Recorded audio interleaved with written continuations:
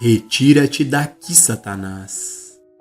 Foi necessário um grande místico para descobrir o segredo do mal impessoal e inventar o nome diabo ou Satanás para ele. Esse diabo ou Satanás, como foi concebido inicialmente, não significava um adversário de Deus. Não tinha tal significado em absoluto. Ao contrário, significava algo da natureza de um tentador. Não um poder ou uma pessoa, mas um tentador oferecendo tentação. O mal nunca está em nós.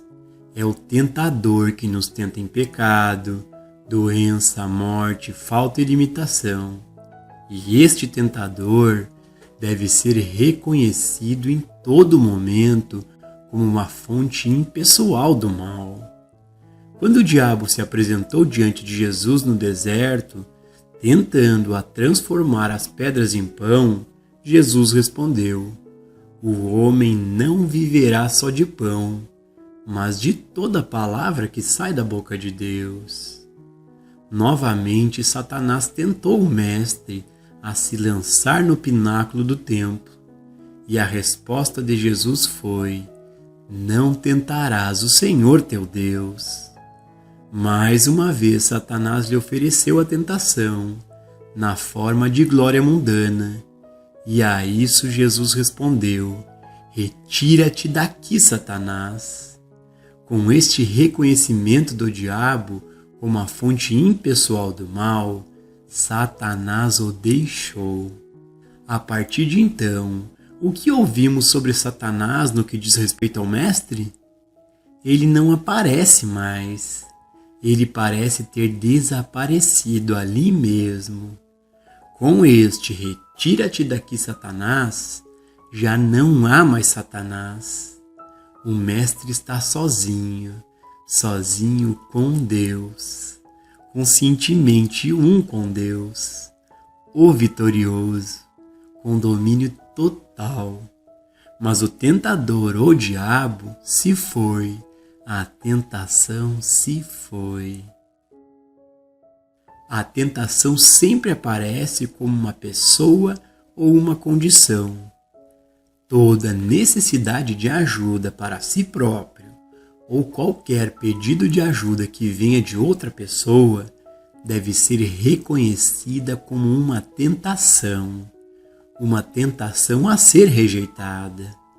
Mesmo que seja alguém próximo a 100 anos sofrendo de velhice, lembre-se de que a reivindicação da idade tem apenas a ver com o calendário. O calendário nos afeta se o aceitarmos. Continuamos olhando para ele todos os dias e nos perguntando que história ele conta, em vez de provar o quão impessoal ele pode ser ao ordenar que "Fique para trás de mim, Satanás." A tentação virá sempre na forma de uma pessoa, uma doença, um pecado ou uma falta. Não virá na forma de um homem endiabrado ou na forma de uma pessoa ou qualquer coisa que possa ser identificada. Muitas vezes vem disfarçado de bem, e devemos estar atentos para reconhecer que às vezes o bem é tanto o mal quanto o próprio mal. Uma vez que tenhamos aprendido a impersonalizar cada fase do bem, assim como do mal, não seremos enganados tão facilmente. Nem jamais olharemos para qualquer pessoa na tentativa de ver o que há nela que possa estar causando sua dificuldade. O erro tem sua origem em uma fonte impessoal, que no início era chamado de comer do fruto da árvore do conhecimento do bem e do mal. Qualquer pessoa pode começar a demonstrar harmonia em sua experiência na proporção de sua renúncia à tentação de falar sobre uma coisa como boa e outra como má, e na proporção de sua compreensão de que um universo criado por Deus não pode haver nem bem e nem mal, só pode haver Deus, espírito. A maior tentação que sempre nos surgirá é a de acreditar que uma pessoa é boa e outra é má, enquanto ninguém é bom e ninguém é mau. Nenhum ser humano, em sua condição humana, pode jamais dizer verdadeiramente que é espiritual. Reivindicar a espiritualidade como um bem pessoal é o egoísmo em seu auge. Ninguém é espiritual, ninguém é perfeito e ninguém é mau. Deus é o Espírito e somente Deus é perfeito. E o mal é um eu impessoal. A crença em dois poderes é a tentação. Quando foi revelado que o homem pessoalmente não é um pecador, mas que existe um tentador chamado diabo ou Satanás, de alguma forma este diabo ou Satanás ficou conhecido e entendido como sendo o oposto de Deus, o adversário de Deus, um inimigo de Deus, algo do qual Deus tinha que lutar e se livrar. Mas tenha certeza disso, e digo isso somente por revelação. Deus não tem nada para lutar a qualquer momento, ninguém para combater e nada para superar. Deus é, e Deus é onipotência, e além de Deus não há outro. Deus não tem batalhas, Deus não tem inimigos, Deus não tem oponentes.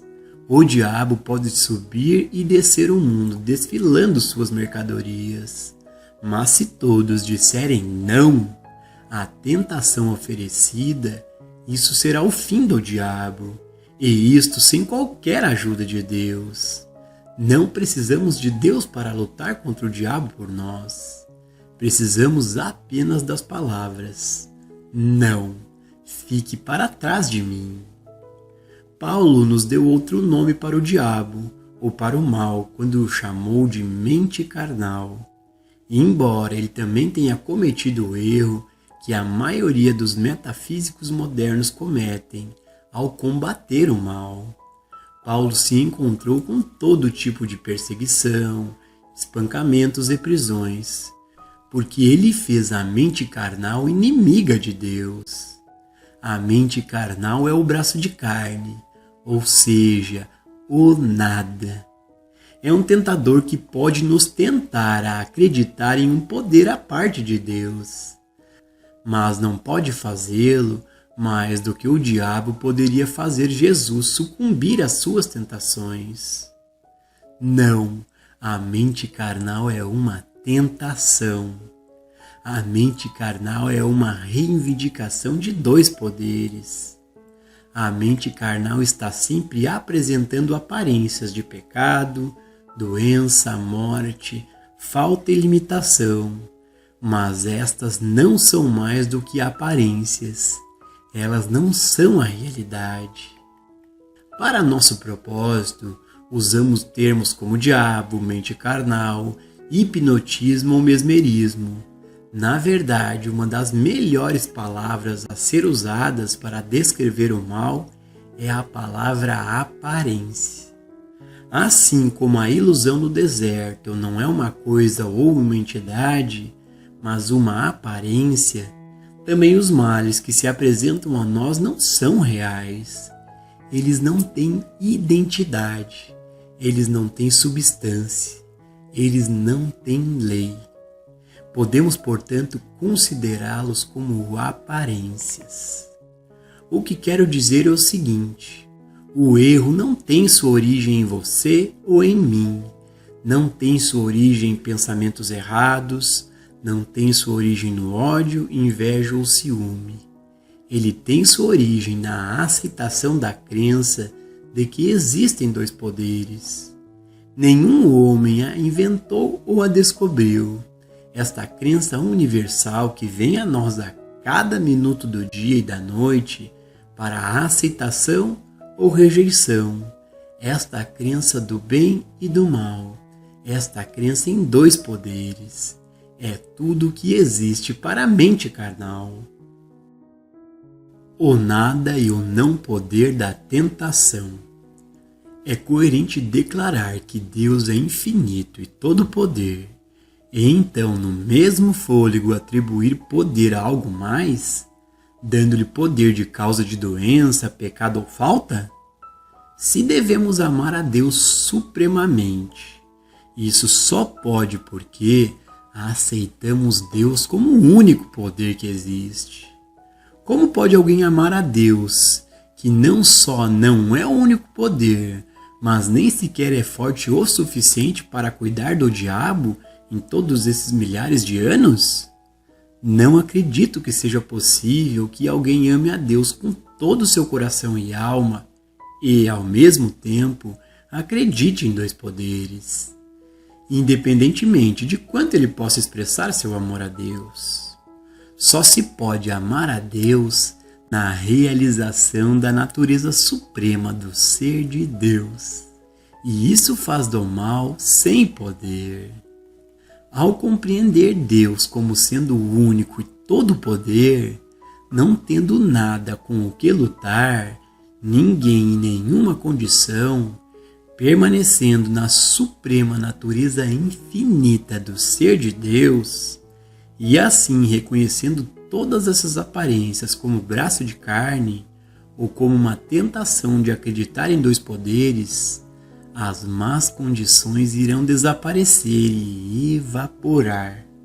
Elas voltarão, porém, se prendermos o mal a uma pessoa ou se personalizamos.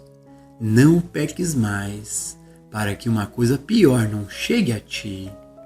Quando lutamos contra o diabo ou contra a mente carnal, criamos nosso próprio inimigo. O construímos em nossa mente e o autorizamos a ficar lá até que algo mais se livre dele. Nós a colocamos lá, a construímos, chamamos de mente carnal ou mortal e depois lhe demos propensões malignas. Se tivéssemos aceitado Deus como onipotência, teríamos dito: mente carnal? Mente mortal? O que é isto? Deve ser aquele braço de carne sobre o qual o profeta hebreu falava e contra o qual não temos que lutar. O que temos que fazer é descansar na palavra. Descansamos na palavra de que mente carnal não é um inimigo contra Deus. É o braço de carne, um nada que deve ser entendido como uma fonte impessoal de mal. Impessoal, isto é, sem uma pessoa, sem um você ou um eu. Nós somos a pessoa sem ela, quando a impersonalizamos. Diabo, mente carnal ou mente mortal? Ela tem apenas o poder que a crença universal lhe confere, e é por isso que sofremos com ela, sem mesmo saber que ela existe. Mesmo quando despertamos, quando entendemos que diabo, Satanás, mente mortal ou mente carnal não é poder, mas é uma sugestão que se oferece a nós para aceitação, podemos dizer não, e então esquecê-la. O diabo, a mente carnal ou a mente mortal não existem. Em todo este mundo, seria impossível encontrar uma mente carnal, uma mente mortal ou um diabo. Então, o que é esse diabo, mente carnal ou mente mortal que estamos falando? É a própria coisa que expulsou Adão e Eva do jardim, uma crença em dois poderes. Quando acreditamos em dois poderes, temos uma mente mortal ou uma mente carnal, e ela pode nos desfazer em pedaços, mas estamos livres dela na proporção em que entendemos. Deus nunca fez um poder para destruir Deus ou a criação de Deus.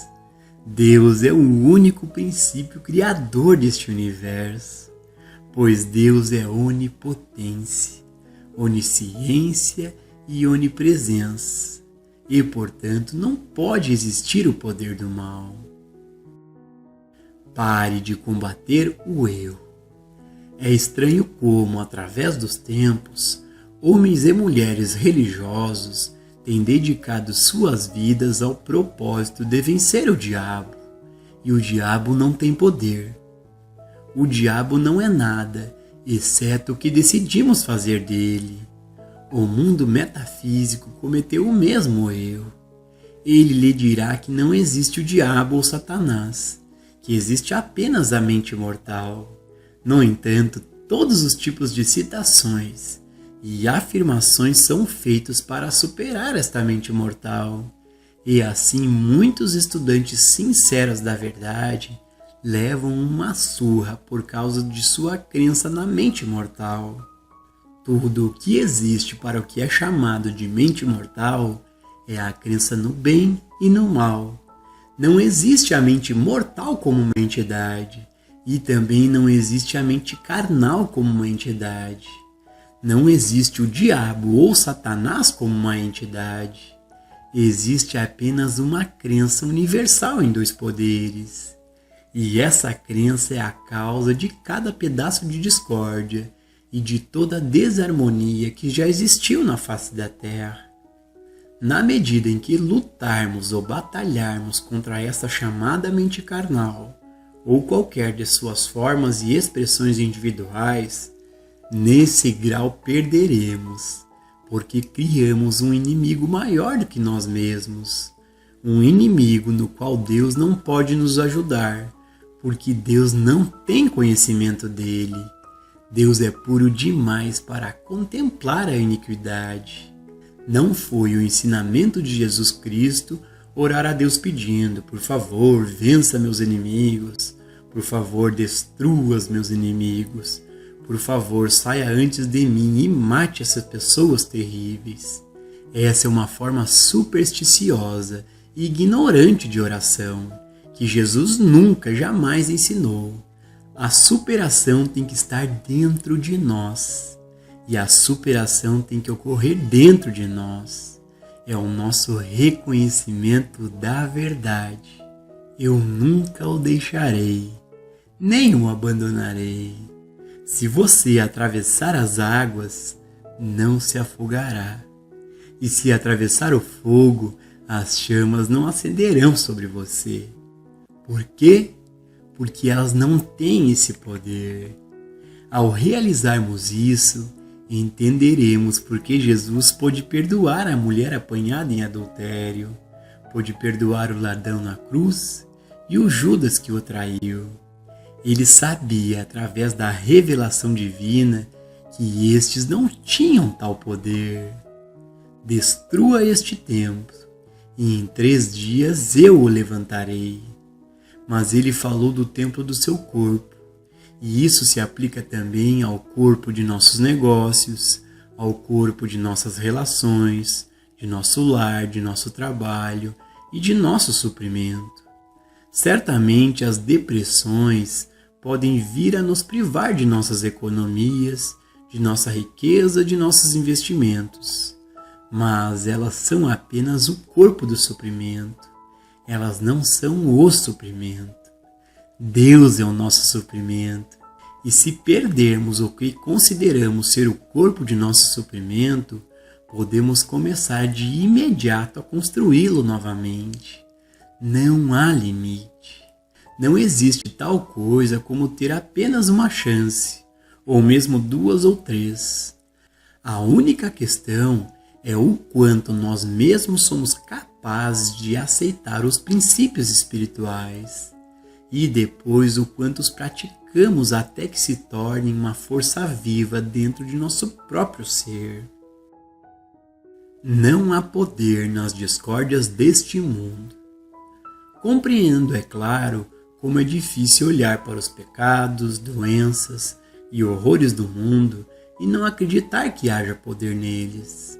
É possível fazer isso somente depois de sentir dentro de você uma certa certeza sobre esses princípios, e então estar disposto a colocá-los em prática, até o momento em que você testemunha sua primeira cura como resultado da aplicação deles.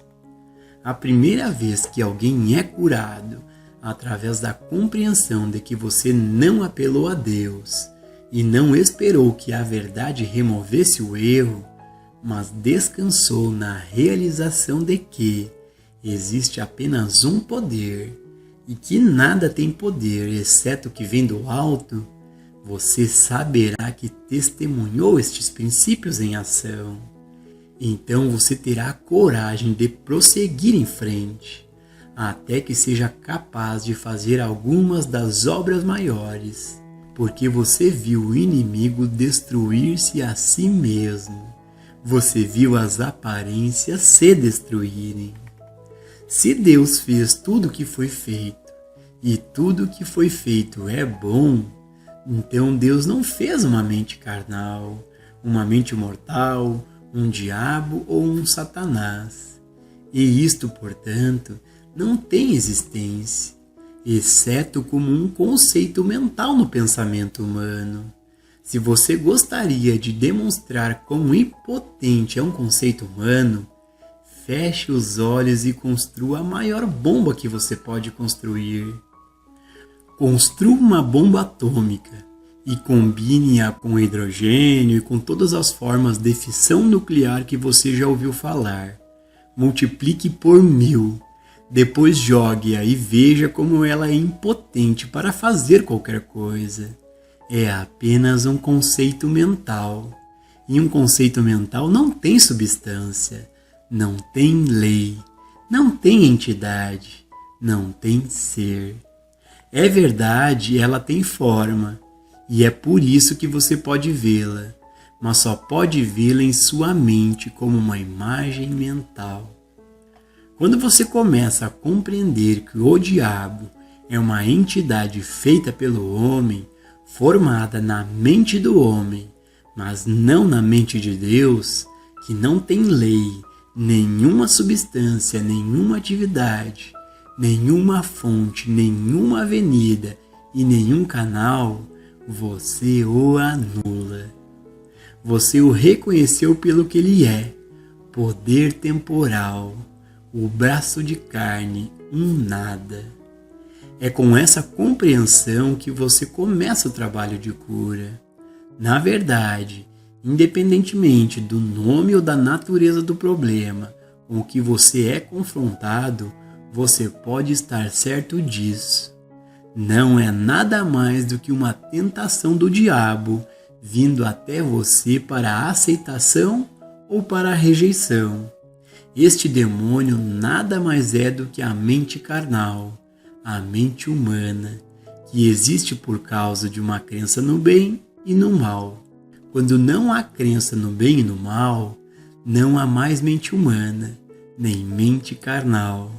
Então você está operando dentro, através e com a mente de Deus. É somente enquanto houver uma crença no bem e no mal que haverá limitação, finitude e negatividade. A razão pela qual a cura é possível é porque Deus é. E Deus constitui este universo. Deus constitui o seu e o meu ser. E este ser é perfeito. Mas por causa de um senso de separação, estamos hipnotizados pela crença em dois poderes. E sem nosso conhecimento consciente, ela se torna parte de nossa consciência. E respondemos a ela da mesma forma que respondemos à propaganda subliminar, que é jogada no inconsciente ou no subconsciente. Erro, um sentido mesmérico da realidade. Existe um Deus que mantém e sustenta a integridade deste universo, e ele é perfeito, exceto quando vemos através de um espelho sombriamente, exceto quando o vemos através de um sentido que tem sido até certo ponto hipnotizado pela crença no bem e no mal. A cura está em nossa realização de que o universo de Deus está intacto e, portanto, estamos intactos. pois tudo que Deus é, nós somos, e tudo que o Pai tem é nosso. A doença é apenas um produto do sentido mesmérico, mas não é criada por Deus, não é ordenada ou sustentada por Deus. É um nada, um braço de carne. À medida que permanecemos nesta verdade da natureza irreal do mal, ela começa a se dissolver diante de nossos próprios olhos, porque não existe como pessoa e não existe como condição, existe apenas como uma influência mesmérica, devido à nossa aceitação da crença em dois poderes como reais. Uma pessoa não é má, mesmo que apareça como o ditador mais cruel e tirânico que o mundo já conheceu. Ele será mal para nós se o virmos como mal, mas ele não pode ser isso para nós se o ouvirmos como ele é em sua verdadeira identidade. E percebermos que o mal que estamos vendo não é uma pessoa má, é uma influência mesmérica que está sendo aceita como realidade. Esse é o segredo. Se não aceitamos como realidade, ele não pode operar contra nós. Como nós semeamos, assim colheremos. Se acreditamos que há um homem pecador, então o pecado pode ser cometido contra nós. Se acreditamos que há um homem pobre, a pobreza pode bater à nossa porta. Se acreditamos que há doença e morte, podemos então experimentá-las. No reino de Deus, nenhum homem, mulher ou criança jamais morreu.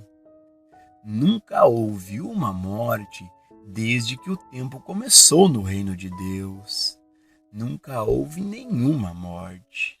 Passar desta vista é parte da influência mesmérica. Aqueles que nascem devem morrer. Aqueles que acreditam no nascimento devem acreditar na morte, pois são aqueles que não foram capazes de ver que esta imagem humana é realmente imortal, eterna e espiritual, mas que é vista falsamente através da crença em dois poderes. O começo da sabedoria é saber que Deus é, que Deus constitui e é a substância de tudo que existe, a vida, a atividade e a lei de tudo que existe. E, portanto, este é um universo imortal e eterno. E nós somos seres imortais e eternos também.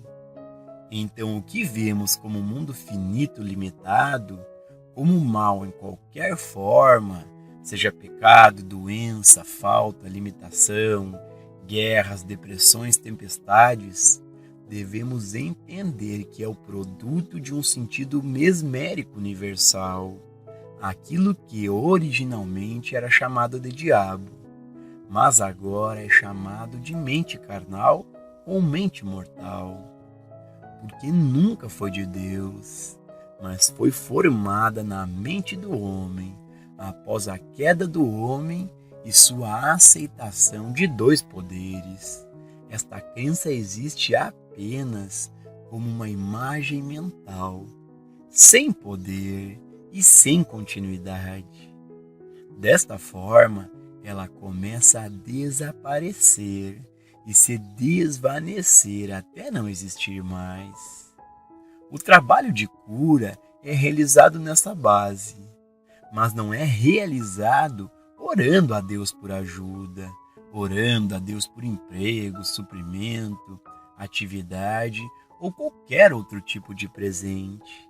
É realizado ao perceber que a mente de Deus é realmente nossa mente, que todas as capacidades desta mente de Deus são nossas capacidades e que a imagem que nos confronta é uma imagem mesmérica, para sempre sem lei. As curas acontecem, não porque Deus nos tenha feito um favor e não porque tenhamos encontrado alguma pessoa que pensamos estar mais próxima de Deus do que estamos. Tudo isso é um absurdo. Não há ninguém mais próximo de Deus do que nós. Há apenas aqueles que aprenderam a natureza e a origem do pecado e da doença, e, portanto, sabem como dissolvê-las. Se a doença, o pecado ou qualquer condição terrena fosse realmente um fato, uma verdade ou um ser, Deus teria que ser responsável por isso, e a natureza disso seria boa em vez de má. Não é possível que Deus esteja dividido contra Ele mesmo.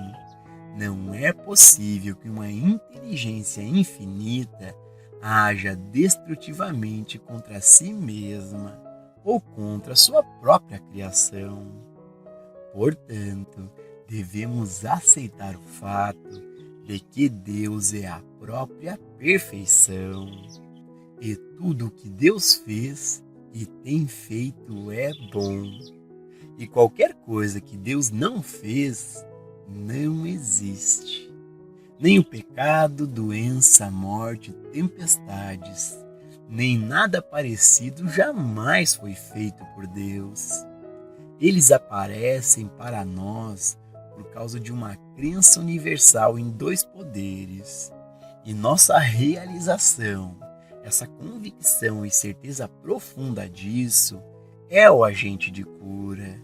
Nossa realização do nada daquilo que é assustador e nos confronta como mal é a própria presença e poder que o dissolve, e nada mais o fará. Quebrando o mesmerismo. Quando nos deparamos com discórdias, desarmonias, infelicidade, falta e limitação, não vamos a Deus para tentar fazer com que Deus mude essas discórdias. Vamos nos afastar delas, olhar para o mundo e perceber.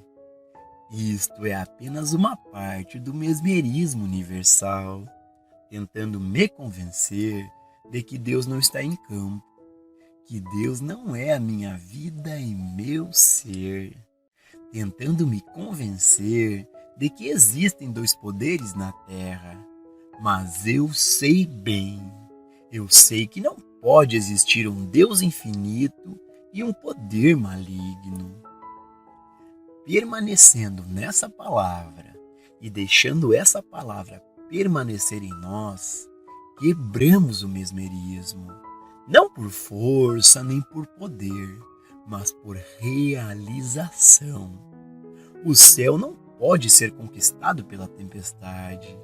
Não podemos ganhar o céu pelo poder ou pela força, mas apenas por uma comunhão interior, silenciosa e sagrada. E isso não para qualquer propósito, exceto pela alegria de comungar. Quando há algo que interfere em nosso bem-estar, ou no de alguém que nos procura por ajuda, ali mesmo Deus está em campo. Deus está sempre presente. Não temos que pedir a Deus para agir em nome de ninguém.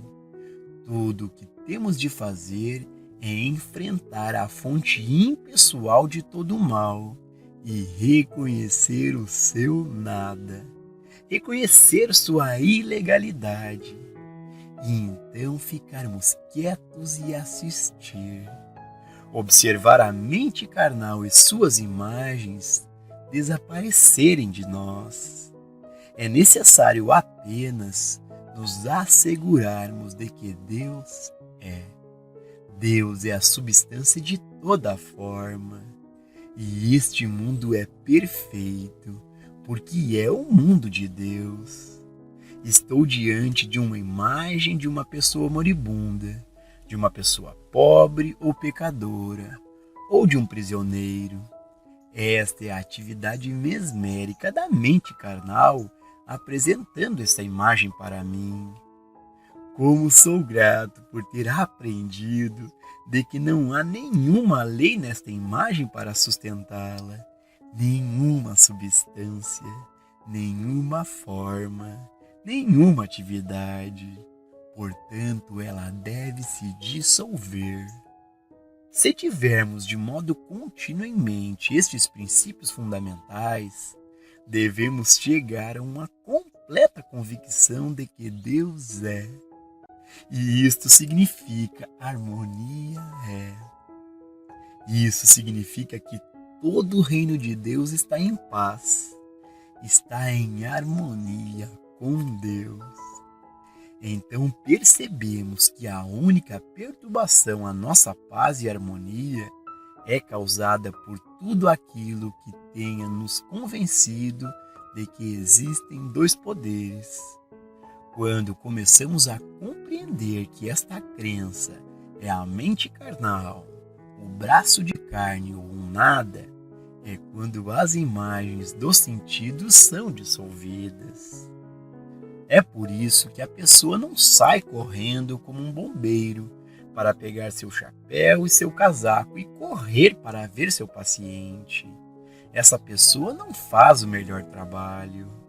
A pessoa que corre para o local provavelmente perderá seu caso rapidamente, porque aceitou a condição como um poder. O mesmerismo é quebrado pela pessoa que pode perceber. Nada está acontecendo no reino de Deus que possa me deixar perturbado. O que está acontecendo ao sentido humano das coisas não é real. Não tem lei para sustentá-la. É nenhum poder e nenhuma continuidade.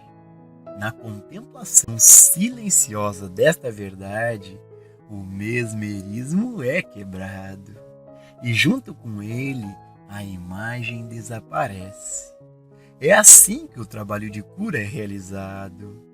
Em nosso próprio ser, tenhamos certeza de que não estamos olhando para Deus por algo, de que desistimos de todo pensamento ou crença de que vamos receber algo de Deus que Deus ainda não está nos dando. Ao contrário disso, vamos compreender que tudo que Deus é está fluindo agora, que tudo que Deus tem está derramando agora. Deus é. Deus é o mesmo ontem, hoje e para sempre. Portanto, não vamos aborrecer Deus. Deus é. Todos os males deste mundo nada mais são do que imagens da mente. E quando sabemos disso, elas começam a se dissolver. Elas começam a se dissolver no exato minuto em que conhecemos a natureza do erro. Todo o mal funciona como a mente carnal universal, a mente mesmérica universal. Mas como não é lei e não tem lei, como não é ser, como Deus não a ordenou, como Deus não a mantém nem a sustenta, nós não a tememos, nem a combatemos. Nós não resistimos ao mal, nós não erguemos nossa espada. Estamos em paz. Deus é.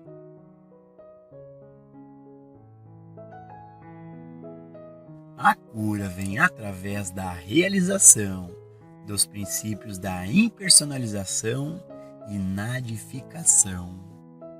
Suas curas serão milagrosas, mas somente na proporção de sua capacidade de impersonalizar e nadificar. Não é seu paciente que é responsável por seus males, nem qualquer outra pessoa. Não é seu paciente que é responsável por sua natureza ou por seu caráter, ou a falta deles.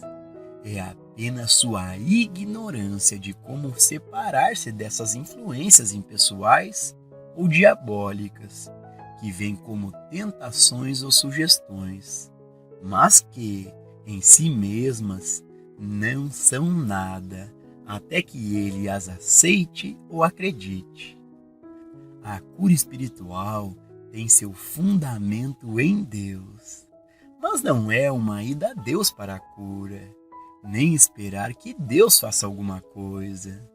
Tem seu fundamento na compreensão de que Deus nunca dá e Deus nunca retém. Deus é ser, para sempre ser harmonioso.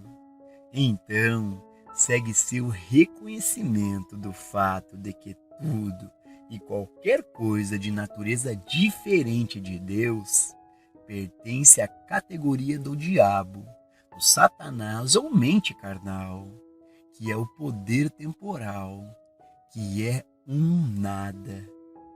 Na prática efetiva, você se deparará com condições específicas, como uma infecção e um contágio, que você terá de aprender a lidar de maneira impessoal.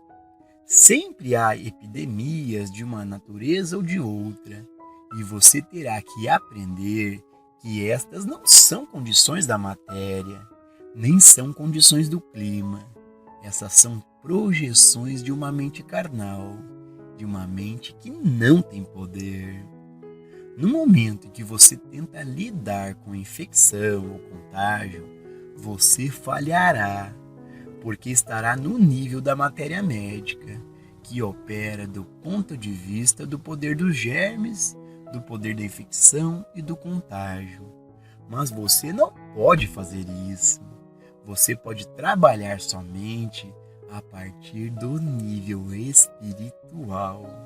E esse nível conhece o nada do que aparece como germes destrutivos. Nós não negamos os germes. Suponho que, em nossa experiência humana, não poderíamos viver sem eles. O que negamos é a natureza destrutiva dos germes, porque Deus nunca deu poder a algo de natureza destrutiva para destruir sua própria criação. Você também se deparará com crenças e doenças hereditárias. Estas devem ser tratadas da mesma maneira. Nós não nascemos da carne. Deus é o nosso único Pai. Deus é nossa única Mãe. O que é chamado de nascimento humano não é criação. A criação começa no invisível. Tem sua origem em Deus, porque Deus é o princípio criativo de toda a vida. E, portanto, Deus é o único Pai. E é somente de Deus que as qualidades individuais podem fluir. Então, o que dizer dessas qualidades malignas? Elas pertencem a essa mente carnal que não é mente. Reconhecendo-as como mente carnal, elas são anuladas. Na medida em que você as planta em um homem, na medida em que você culpa sua mãe e seu pai, você está personalizando-as. Você tem que remover a crença em características herdadas dos pais, dos avós ou bisavós. Você tem que parar de acreditar que uma pessoa é assim devido a tais circunstâncias nacionalistas, raciais ou religiosas, porque todas essas características provêm da mesma fonte. Elas emanam da mente carnal.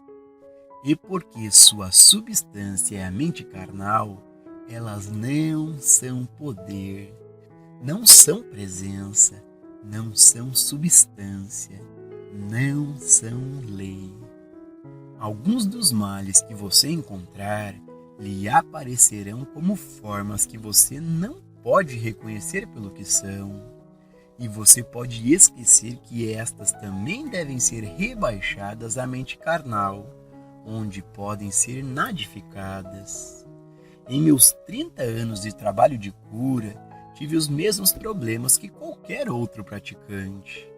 Descobri, e talvez você também tenha descoberto, que existem certas doenças que não se rendem prontamente.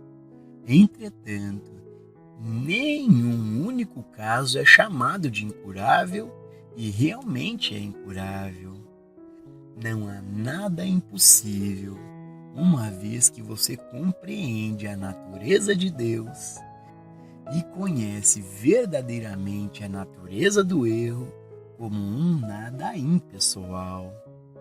Mas você tem que estar disposto a aceitar este princípio até que possa demonstrá-lo. Novamente, lembre-se que não é porque o mal é um nada que ele pode ser anulado. É somente na proporção que você pode atingir a consciência de seu nada que você pode provar o seu não poder. Se o nada do mal pudesse removê-lo, já teria sido removido, porque ele é um nada. Mas o seu nada não o removerá. É necessário a consciência iluminada de um indivíduo. É necessária a consciência espiritual dedicada de um indivíduo. É por isso que nesta era existem tão poucos curadores capazes de fazer as maiores obras. Qualquer pessoa poderia fazê-los, se dedicasse sua vida a este trabalho, se abandonasse outras responsabilidades e se dedicasse ao estudo e meditação, até que sua natureza espiritual evolua tanto que o mal desapareceria automaticamente com sua aproximação. Pode haver milhões e centenas de milhões de pessoas que podem ser curadores de grande sucesso, mas é uma vida de dedicação. O desenvolvimento da consciência curativa não pode ser feito no tempo livre de cada um. Sim, é claro, a cura de constipações, de gripe ou de coisas menores, isso pode ser feito. Mas para se tornar parte de um ministério mundial de cura e abrir o resto deste mundo à visão de viver em Deus, deve surgir de um grupo de pessoas que desejem tanto a Deus, que querem tanto trazer o governo de Deus à Terra, que se dediquem a este objetivo de dia e de noite. Através da mesa. Você notará que a cada mês o caminho infinito está sendo cada vez mais reconhecido pelo mundo religioso e educacional. E por causa disso, inevitavelmente, você será chamado a explicar qual a contribuição do caminho infinito para o mundo. Para você, portanto, deve estar claro que o caminho infinito revela isso. 1. Há uma consciência transcendental disponível ao homem aqui e agora, que, quando alcançada, resulta no morrer diariamente do homem velho e no renascimento do homem novo, o Filho de Deus. Esta consciência transcendental, ou espiritual, é o poder da graça na experiência do homem, libertando-o da lei e estabelecendo sua vida sobre a graça. 2. Existem princípios de vida pelos quais essa consciência elevada é alcançada. 3.